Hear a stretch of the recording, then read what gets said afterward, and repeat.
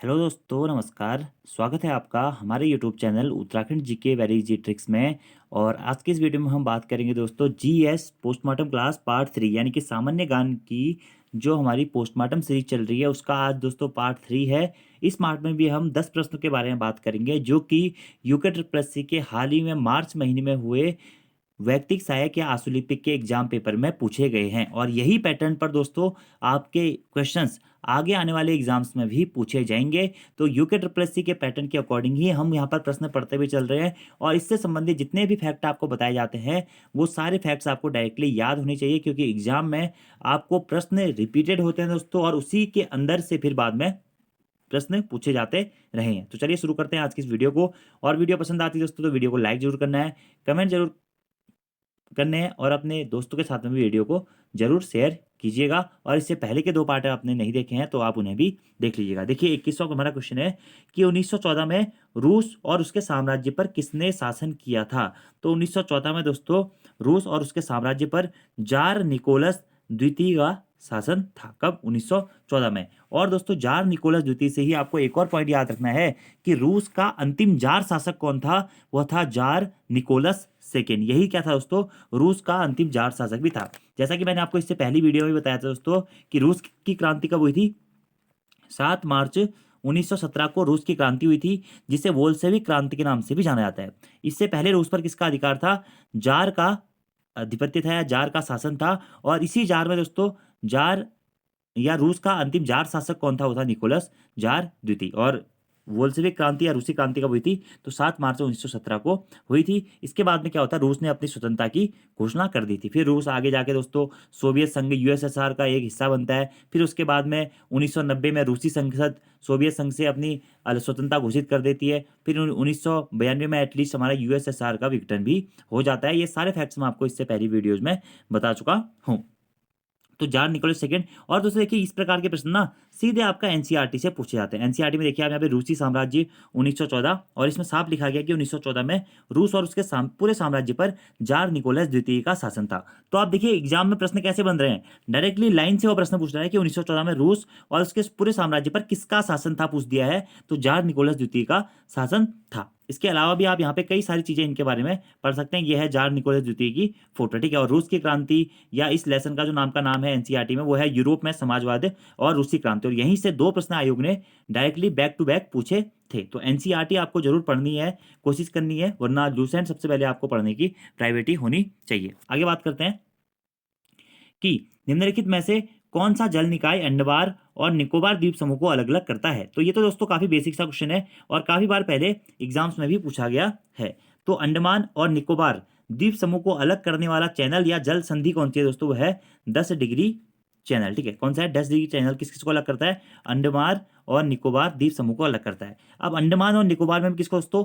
छोटा अंडमान और बार निकोबार। किसको? छोटा अंडमान और बार निकोबार द्वीप समूह को अलग अलग करता है क्या? 10 डिग्री चैनल। अब 10 डिग्री के साथ साथ दोस्तों हमारा एक 9 डिग्री चैनल भी है और 8 डिग्री चैनल भी है। तो 9 डिग्री चैनल किस किस के मध्य में है? तो लक्षद्वीप और मिनिकाई के मध्य में हमारा 9 डिग्री चैनल है। और 8 डिग्री चैनल किस किस के मध्य में है? मालदीव और मिनिकाई के मध्य में क्या है दोस्तों? हमारा 8 डिग्री चैनल स्थित है। तो ये चैनल्स भी आपको जरूर याद रखने हैं, यानी कि विश्व की जो हमारी प्रमुख जल संधियां हैं ये आपको जरूर याद रखनी है। तो ठीक है, तो 10 डिग्री चैनल अंडमान और निकोबार द्वीप समूह को अलग अलग करता है। 9 डिग्री चैनल हमारा लक्षद्वीप और मिनिकाई के मध्य में स्थित है। और 8 डिग्री चैनल हमारा मालदीव और मिनिकाई के मध्य में स्थित है। बाकी ऑप्शन के बारे में बात करते हैं। देखिए पाक जल संधि, ठीक है, तो भारत और श्रीलंका के मध्य में स्थित है क्या?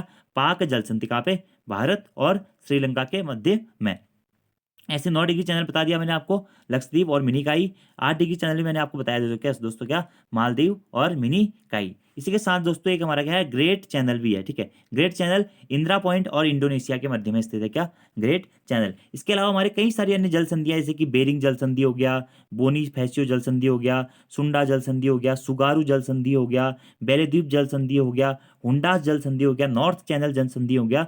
तो ये सारी जल संधि आप एक बार जरूर पढ़ लीजिएगा, एग्जाम में आपसे प्रश्न पूछा जा सकता है। फिलहाल जो हमारा क्वेश्चन था अंडमान और निकोबार द्वीप समूह को 10 डिग्री चैनल अलग करता है। बाकी सारे जो हमारे ये चैनल्स थे इनका मैंने आपको बता दिया कि किस किस को जोड़ते हैं, किस किस को अलग अलग करते हैं। एक बेरिंग जल संधि आप नोट कर लीजिएगा जो बेरिंग सागर और चुक्ची सागर के मध्य में स्थित है। नुमरो जल संधि प्रशांत महासागर में स्थित है, ठीक है। कुक जल संधि दक्षिण प्रशांत महासागर में स्थित है। और इतने फिलहाल आप याद रख लीजिएगा। आगे बढ़ते हैं। अगला हमारा 23वां क्वेश्चन है कि भारत का अंतिम मुगल सम्राट कौन था। तो ये भी काफी अच्छा क्वेश्चन है दोस्तों। तो आप सभी लोगों को पता भी होगा कि बहादुर शाह द्वितीय जी हमारे क्या थे, भारत के अंतिम मुगल सम्राट थे। देखिए दोस्तों, मुगल राजवंश के बारे में आपको पता ही होगा कि 1526 में मुगल राजवंश की नींव पड़ती है और मुगल साम्राज्य की स्थापना कौन करता है, वो करता है बाबर, और जिनका पूरा नाम क्या था, जहीरुद्दीन बाबर था। बाबर के द्वारा दोस्तों 21 अप्रैल 1526, ये डेट आपको जरूर याद रखनी है क्या, 21 अप्रैल 1526 को पानीपत की प्रथम लड़ाई होती है इब्राहिम लोदी और बाबर के मध्य में। इससे पहले आपको पता होगा कि दिल्ली सल्तनत में लोदी राजवंश का शासन चल रहा था। उसके बाद में 1526 में बाबर के द्वारा यहाँ पे आक्रमण किया जाता है और पानीपत का प्रथम युद्ध होता है 21 अप्रैल 1526 को, जिसमें बाबर इब्राहिम लोदी को पराजित कर देता है और भारत में मुगल साम्राज्य की नींव पड़ जाती है। तो प्रश्न आपसे पूछा जाता है कि भारत में मुगल साम्राज्य का संस्थापक कौन था, वो था जहीरुद्दीन बाबर। 1526 में इसने मुगल साम्राज्य की स्थापना करी थी। उसके बाद में 1530 में इसकी मृत्यु हो गई थी और पानीपत का प्रथम युद्ध इसी ने लड़ा था। बाबर के बाद में इसका बेटा होता है दोस्तों हुमायूं। हुमायूं का बेटा होता है अकबर। अकबर का बेटा होता है जहांगीर। जहांगीर का बेटा होता है शाहजहां और शाहजहां का बेटा होता है औरंगजेब। और ये जितने भी हमारे 5 या 6 राजा हैं, इनके बारे में आपको एग्जैक्टली याद होना चाहिए कि इनका टाइम पीरियड कब से कब तक था और किस राजा के द्वारा क्या क्या काम किए गए हैं, क्योंकि बहुत बार यहाँ से एग्जाम में प्रश्न पूछा गया। एक बार तो डायरेक्टली एग्जाम में पूछ दिया गया था कि औरंगजेब गद्दी पर कब बैठा, या औरंगजेब की मृत्यु कब हुई, या औरंगजेब गद्दी से कब हटा। तो ऐसे प्रश्न कई बार एग्जाम में पूछे गए हैं दोस्तों। तो आपको इन प्रश्नों को आसानी से याद रखना है कि बाबर का बेटा हुमायूं, हुमायूं का अकबर, अकबर का जहांगीर, जहांगीर का शाहजहां और शाहजहां का औरंगजेब, और कौन सा राजा कब राजगद्दी पर बैठा है, ये सारी चीजें आपको याद होनी चाहिए। ठीक है। उसके बाद में दोस्तों देखिए, ये तो हमारा था मेन मुगल काल। इसके बाद में क्या होता है कि हमारा मुगलों का पतन स्टार्ट हो जाता है। फिर मुगलों के पतन में हमारा उत्तर मुगल काल में हम पढ़ते हैं, जिसमें मुगलों के साथ साथ फिर हमारे अंग्रेज भी चलते हैं। बहादुर शाह जी चलते हैं, जहांदार शाह, फारुखचियर, रफी उज जर्रात, मोहम्मद शाह, अहमद शाह, आलमगिरी, शाह आलम सेकंड, अकबर सेकंड आता है, फिर बहादुर शाह सेकंड होता है। ठीक है। इसी बहादुर शाह सेकंड, जो कि कौन था दोस्तों, बहादुर शाह द्वितीय, ये क्या था, भारत का अंतिम मुगल सम्राट भी था। प्रथम कौन था, बाबर, और अंतिम कौन था मुगल सम्राट, वो था दोस्तों कौन सा, बहादुर शाह द्वितीय। ठीक है। और बहादुर शाह द्वितीय को अंग्रेजों के द्वारा निर्वासित कर रंगून भेज दिया गया था और बहादुर शाह द्वितीय को जफर की उपाधि मिली। ठीक है। तो जफर की उपाधि से किसे नवाजा गया था, बहादुर शाह द्वितीय को ही नवाजा गया था। इसका टाइम पीरियड अगर हम बात करें दोस्तों, तो 1837 से लेकर के 1857 तक क्या होता है, इसका टाइम पीरियड था बहादुर शाह द्वितीय का। ठीक है।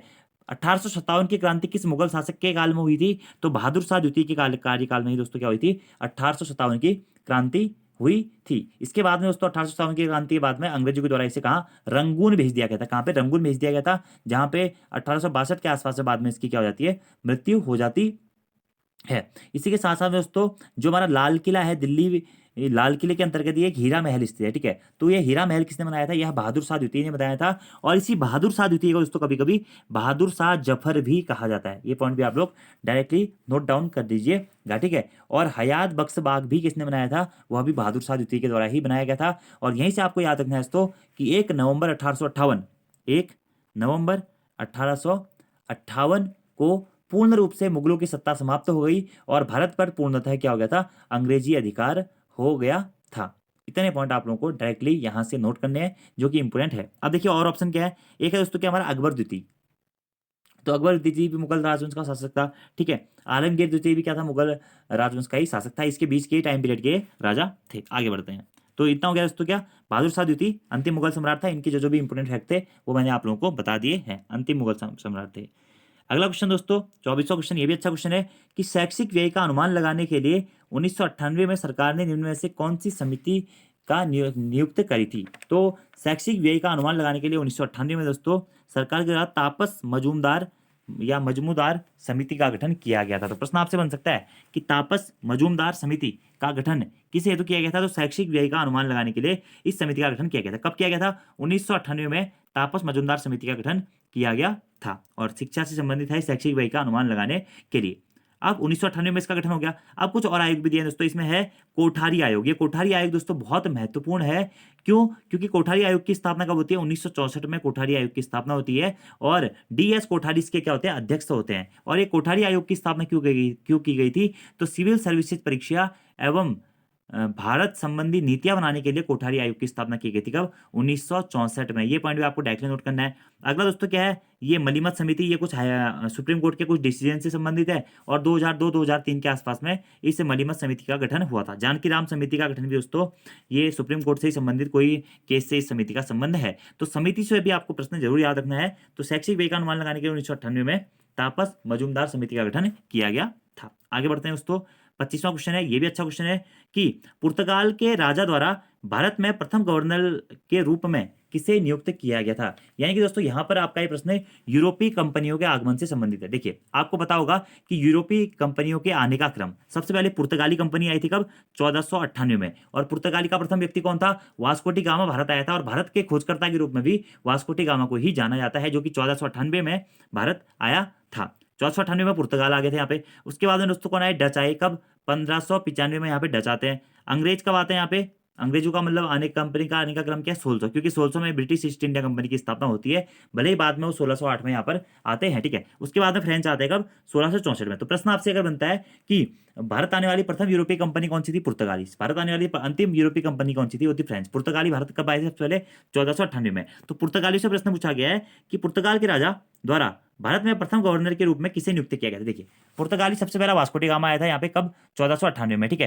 Cape of Good Hope Africa के रास्ते ही आया था 1498 में भारत में। कैप कैमोरियन कालीकूट बंदरगाह के आसपास में आया था। राजा इस टाइम पे कौन था? जैमोरियन। जैमोरियन इसका स्वागत करता है, इसका आदर सत्कार करता है। वास्को डी गामा क्या करता है उसके बाद में?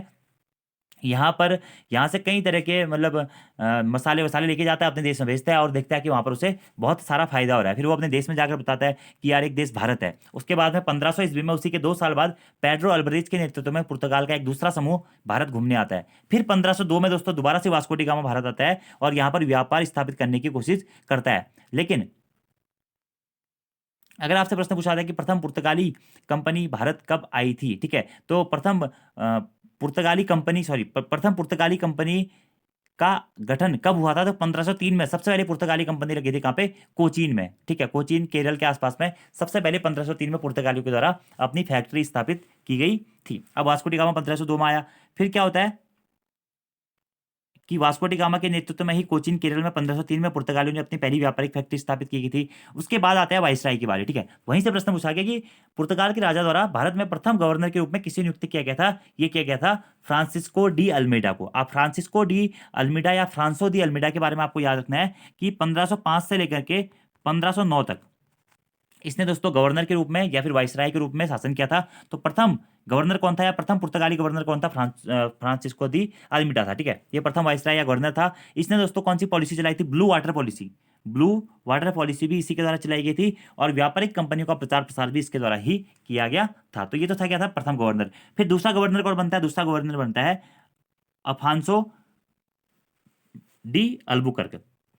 1509 से लेकर 1515 तक ये गवर्नर रहता है, ठीक है। और इसने भारत के कई क्षेत्रों को जीता है, ठीक है। गोवा को जीतने का श्रेय भी किसको जाता है? फ्रांसिस्को डी अल्बुकर्क को ही जाता है, जिसने गोवा को जीता था, ठीक है। और अल्बुकर्क को वास्तविक पुर्तगाली संस्थापक भी कहा जाता है और इसके टाइम पे जो राजधानी थी पुर्तगाल की वो कोचीन में ही स्थित थी, क्योंकि वहां पे इनकी कंपनी भी स्थित थी, ठीक है।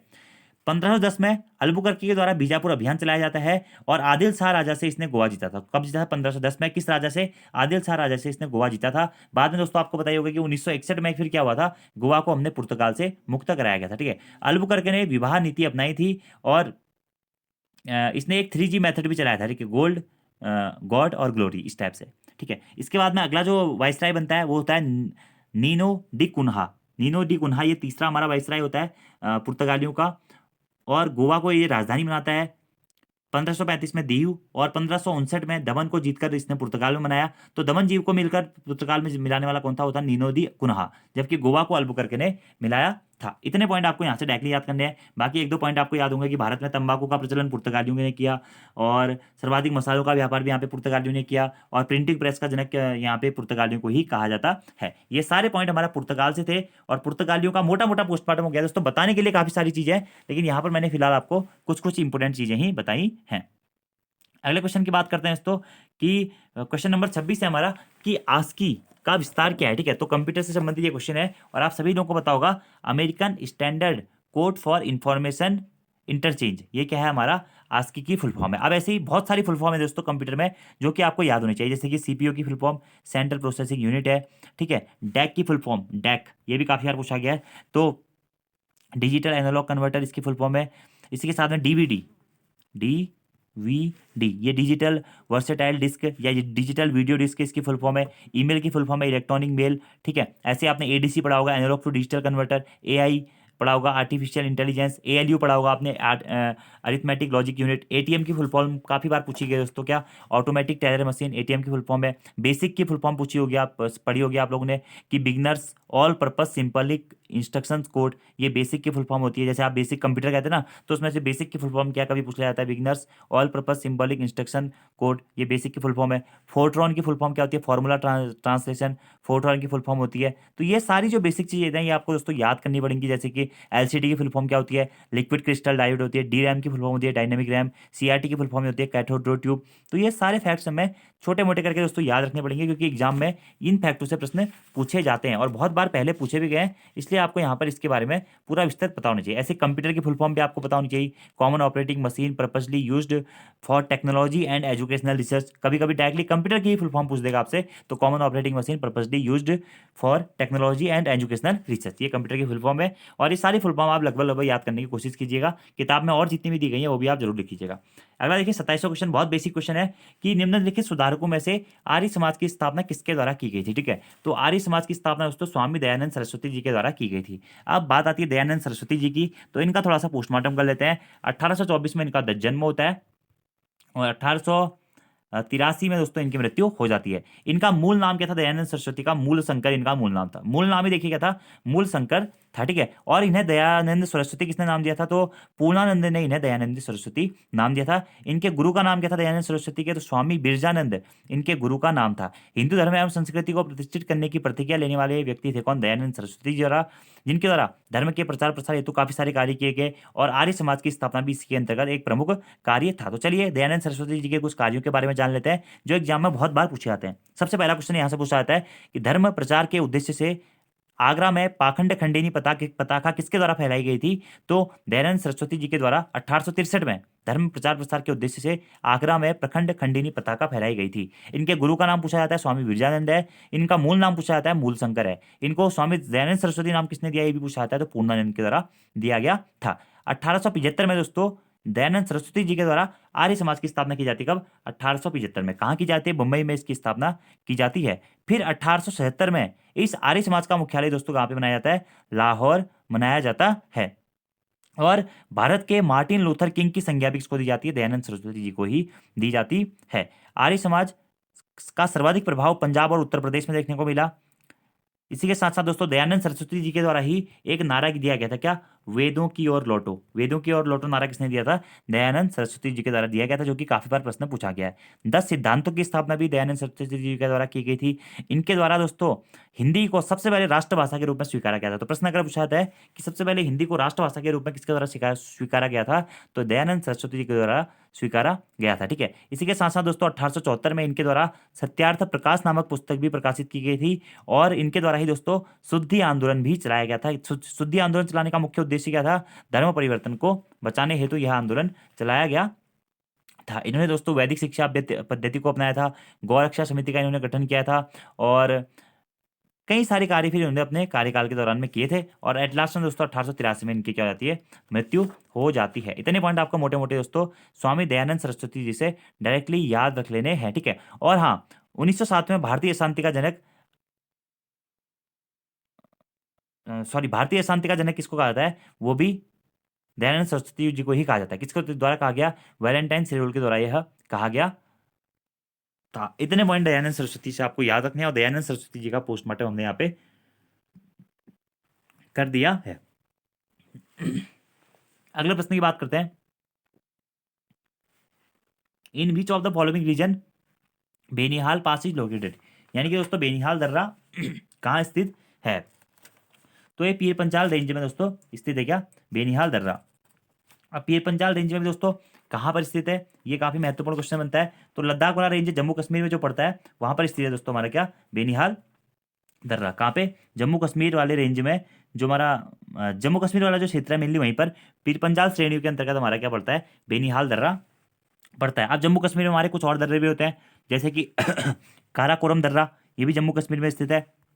जोजिला दर्रा, ये भी जम्मू कश्मीर में स्थित है। पीर पांजाल दर्रा दोस्तों, ये भी जम्मू कश्मीर में स्थित है। और इसी पीर पांजाल दर्रे की श्रेणियों के अंतर्गत ही एक दर्रा हमारा पड़ता है क्या, बेनीहाल दर्रा, ये भी कहाँ है, जम्मू कश्मीर में ही स्थित है। तो ये कुछ दर्रे हैं जम्मू कश्मीर के, काराकोरम, जोजिला, पीर पंजाल और बेनीहाल। काफी बार एग्जाम में पूछा गया है और आगे भी यहाँ से प्रश्न पूछा जा सकता है। अब हिमाचल प्रदेश में हमारे कुछ दर्रे आते हैं, जैसे कि सिपकिला दर्रा, रोहतांग दर्रा, बारालाचला दर्रा। ये दर्रे कहाँ स्थित हैं, यह हिमाचल प्रदेश में स्थित है। ठीक है, उत्तराखंड के दर्रे आप लोगों को बताइए, उत्तराखंड में जो जो इंपॉर्टेंट है कि माणा दर्रा, नीति दर्रा, नाथु, और इसी के साथ सिक्किम में कुछ दर्रे स्थित है हमारे, जैसे कि नाथुला दर्रा सिक्किम में सबसे महत्वपूर्ण दर्रा है। ठीक है, और जेलेपला दर्रा भी सिक्किम का एक महत्वपूर्ण दर्रा है। इसके साथ में अरुणाचल प्रदेश में कुछ दर्रे स्थित है, जैसे कि बुमला दर्रा, यांगयाप दर्रा, दीफू दर्रा, पांगसांग दर्रा। ये सारे दर्रे हमारे अरुणाचल प्रदेश में स्थित हैं। महाराष्ट्र में भी भोरघाट दर्रा स्थित है। केरल में दोस्तों पालघाट दर्रा स्थित है। महाराष्ट्र में थालघाट दर्रा स्थित है। मणिपुर में तुजु दर्रा स्थित है। तो ये सारे दर्रे आप नोट कर लीजिएगा। अब आप में से कुछ लोग कह रहे होंगे कि सर थोड़ा सा धीरे धीरे बोलिए, तो थोड़ा सा दोस्तों मेरे गले में प्रॉब्लम चल रही है। और आप लोग ने एक काम कीजिएगा कि वीडियो को अपनी स्पीड थोड़ा सा हल्की कर लीजिएगा और वहां से ये सारे पॉइंट फिर नोट डाउन कर लीजिएगा। काफी इंपॉर्टेंट पॉइंट मैंने आपको बता दिया। अगला देखिए 29वां क्वेश्चन, ये भी अच्छा क्वेश्चन है कि आसियान की स्थापना के लिए निम्नलिखित में से किस घोषणा पर 5 देशों के द्वारा हस्ताक्षर किए गए थे। ये भी दोस्तों काफी बेसिक सा क्वेश्चन है, अगर आप लोगों ने कभी ये चीजें पहले पढ़ी हुई हैं तो उनके लिए। ठीक है, तो आसियान, सबसे पहले बात आती है कि आसियान की फुल फॉर्म क्या होती है। तो association of south east Asian nation, association of south east Asian nation ASEAN की फुल फॉर्म होती है, यानी कि दक्षिण पूर्व एशियाई राष्ट्र संघ। आसियान की स्थापना कब हुई थी, 8 अगस्त 1967 को आसियान की स्थापना की गई थी। ठीक है, कहाँ पे की गई थी, बैंकॉक में इसकी स्थापना की गई थी, इंडोनेशिया के अंतर्गत। ठीक है, आसियान का हेडक्वार्टर कहाँ स्थित है वर्तमान में, तो जकार्ता में आसियान का हेडक्वार्टर स्थित है। आसियान में सदस्य देश कितने हैं इस टाइम पे, तो 10 आसियान के क्या हैं, सदस्य देश हैं। ये तो है आसियान का मोटा मोटा पोस्टमार्टम। अब प्रश्न क्या पूछा गया है कि आसियान की स्थापना के लिए निम्न में से किस घोषणा पर 5 देशों द्वारा हस्ताक्षर किए गए थे। तो बैंकॉक की घोषणा के लिए 5 देशों के द्वारा हस्ताक्षर किए गए थे। देखिए आपको पता है कि आसियान की स्थापना 8 अगस्त 1967 को की गई थी। कहाँ पे, बैंकॉक इंडोनेशिया में की गई थी। और आसियान की स्थापना के समय पे दोस्तों इसी में बैंकॉक की घोषणा के लिए 5 देशों ने हस्ताक्षर किए थे। कौन कौन से देश थे, इंडोनेशिया, मलेशिया, फिलीपींस, सिंगापुर और Thailand. Indonesia, Malaysia, Philippines, Singapore और थाईलैंड, इन 5 देशों के द्वारा बैंकॉक की घोषणा या फिर आसियान की स्थापना हेतु क्या भेजे गए थे दोस्तों, क्या किए गए थे, आसियान की स्थापना के लिए यहाँ पे इन 5 देशों के द्वारा, इंडोनेशिया हो गया, मलेशिया हो गया, फिलीपींस हो गया, सिंगापुर हो गया, थाईलैंड के द्वारा क्या किया गया था, हस्ताक्षर किया गया था। और इन्हीं 5 देशों की सहायता से आसियान का गठन भी 1967 में किया गया था। यानी कि मेनली जो हमारा बैंकॉक की घोषणा पत्र था वह आसियान की स्थापना से ही संबंधित था। और आसियान के बारे में मैं आपको सबसे पहले पॉइंट बता चुका हूँ। अगला हमारा 30वां क्वेश्चन है दोस्तों, निम्न में से किस क्षेत्र में भूकंप की तरंगें दर्ज नहीं होती हैं। ठीक है, तो जो शैडो क्षेत्र होता है दोस्तों, वहां पर हमारा क्या होता है, भूकंप की जो तरंगें होती है वह दर्ज नहीं होती है। ठीक है, आप लोगों ने इस प्रकार से दोस्तों एक फिगर देखा होगा, ऐसे करके एक फिगर आता है। और इसमें जो सबसे आउटर रेंज होती है ना, सबसे आउटर रेंज, ये वाली जो रेंज है, सबसे आउटर वाली जो रेंज होती है दोस्तों, ये क्या होता है, शैडो एरिया होता है। ठीक है, शैडो एरिया यानी कि इसे छाया क्षेत्र भी बोलते है। मेनली 11,000 किलोमीटर के बाद का ये एरिया होता है। और यहाँ पर दोस्तों क्या होता है, भूकंप का प्रभाव नहीं देखने को मिलता है। यानी कि आप कह सकते हैं कि भूकंप की तरंगें यहाँ पे दर्ज नहीं होती हैं। अब देखिए भूकंप के बारे में आप लोगों ने सभी ने पढ़ा होगा कि भूमि का कांपना ही क्या होता है, हमारा भूकंप होता है। भूकंप के कारण क्या होता है, चट्टानों के लचीलेपन या गुरुत्वाकर्षण के क्षणिक परिवर्तन के कारण क्या होता है, हमारा भूकंप का उद्गम होता है। ठीक है, अब भूकंप का उद्गम केंद्र, अधिकेंद्र कहाँ होता है, धरातल केंद्र कहाँ होता है, भू धरातल क्या कहाँ होता है, ये सारे पॉइंट आप लोग को पढ़ने हैं जो कि एग्जाम में पूछे जाते हैं। यहाँ पर पूछा गया मेनली कि भूकंप की तरंगें कहाँ पर दर्ज नहीं होती है, तो शैडो क्षेत्र में यहाँ पे भूकंप की तरंगें दर्ज नहीं होती है। अब भूकंपी जो तरंगें होती है मुख्यतः 3 प्रकार की होती है, पी वेव्स, एस वेव्स और एल वेव्स। पी वेव्स क्या होती है, प्राथमिक वेव होती है दोस्तों, जो कि 8 से लेकर 14 किलोमीटर प्रति सेकंड के बीच की होती है। सर्वाधिक गति की जो वेव होती है वो पी वेव से ही होती है, यह अनुदैर्घ्य तरंग होती है। उसके बाद दूसरी वेव आती है एस वेव, जिसे द्वितीय तरंग कहा जाता है। इसे अनुप्रस्थ लहर भी कहा जाता है, क्योंकि ये क्या होती है, अनुप्रस्थ तरंग होती है। और प्राथमिक तरंगों के बाद में जो तरंग उत्पन्न होती है उसे द्वितीय तरंग कहा जाता है। उसके बाद में आता है एल वेव, से जिसे धरातली लहरें या धरातली तरंगें भी कहते हैं। ठीक है, और यह क्या होता है, सर्वाधिक विनाश वाली जो तरंगें होती है वो एल वेव्स होती है, और इसका वेग क्या होता है, सबसे कम होता है। वेग सबसे ज़्यादा प्राथमिक लहरों का होता है, लेकिन सबसे ज़्यादा विध्वंसकारी कौन सी लहरें होती है दोस्तों, एल वेव्स क्या होती है, सबसे ज़्यादा विध्वंसकारी होती है। ठीक है, और इसके बाहर का जो एरिया बाद में हमारा आता है, शैडो वाला एरिया, वहाँ पर क्या होता है, किसी भी प्रकार की भूकंप की स्थिति दर्ज नहीं होती है। ये पॉइंट भी आप लोग को डायरेक्टली नोट डाउन कर लेना है। और भूकंप की तीव्रता को किसके द्वारा मापा जाता है दोस्तों, रिएक्टर स्केल के द्वारा भूकंप की तीव्रता मापी जाती है। किसके द्वारा, रिएक्टर स्केल के द्वारा। ठीक है, और सिस्मोग्राफ नामक यंत्र के द्वारा भी इसे भूकंप का पता लगाया जाता है। ठीक है, तो आज की इस वीडियो में इतना ही करते हैं दोस्तों। आज की इस वीडियो में हमने 10 क्वेश्चन के बारे में बात की। तो अगर आपको वीडियो पसंद आती है तो आपको वीडियो को लाइक जरूर करना है, और अपने दोस्तों के साथ में भी आप वीडियो को जरूर शेयर कीजिएगा। तो आज की इस वीडियो में इतना ही दोस्तों। Thank you, thanks for watching video, see you next time, धन्यवाद।